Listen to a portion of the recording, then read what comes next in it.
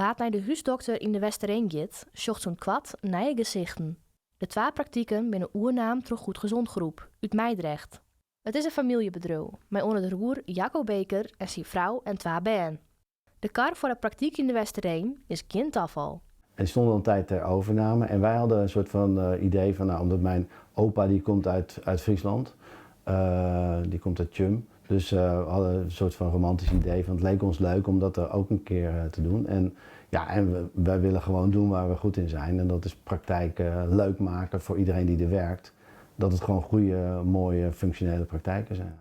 Goed Gezond Groep bezit meerdere huisdokterspraktijken in Nederland en had 22.000 patiënten. Grote commerciële huisdokters binnen de laatste tijd in opspraak, om te min bereikbaar binnen en de zorg om persoonlijk mee te zoenen. Maar van Bigelix Consulten op afstand, zodat je bij gewoon commerciële praktijken zoeken, is in de Westereen, nevens Beker, geen sprake. Ik heb dat een keer geprobeerd, maar nee, serieus, dat vind ik echt helemaal niks. Ik kan er niet mee overweg.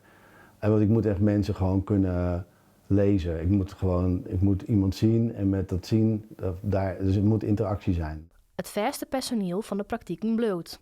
Jacco werkt in Meidrecht, maar zal eerst 1 dag in de week in de Westereen als huisdokter aan de slag. Boven dat is er een gearwerking ongegaan met een nieuwe huisdokter uit de regio. Patiënten kunnen een aantal verhorings verwachten, op korte en lange termijn. We hebben een nieuwe telefooncentrale geïnstalleerd al gelijk, vorige week al. Want de wachttijden waren echt belachelijk lang en dat willen we eigenlijk niet. We willen gewoon dat mensen snel en adequaat geholpen worden. En voor de rest, de werkwijze. Er komen nieuwe artsen, nieuwe praktijkondersteuners en assistentes bij. Dus er komt meer personeel. Dus er zal uiteindelijk gewoon voor de patiënten zal een betere toegang zijn en een eenvoudiger. En dat je sneller geholpen wordt, dat is voor ons belangrijk.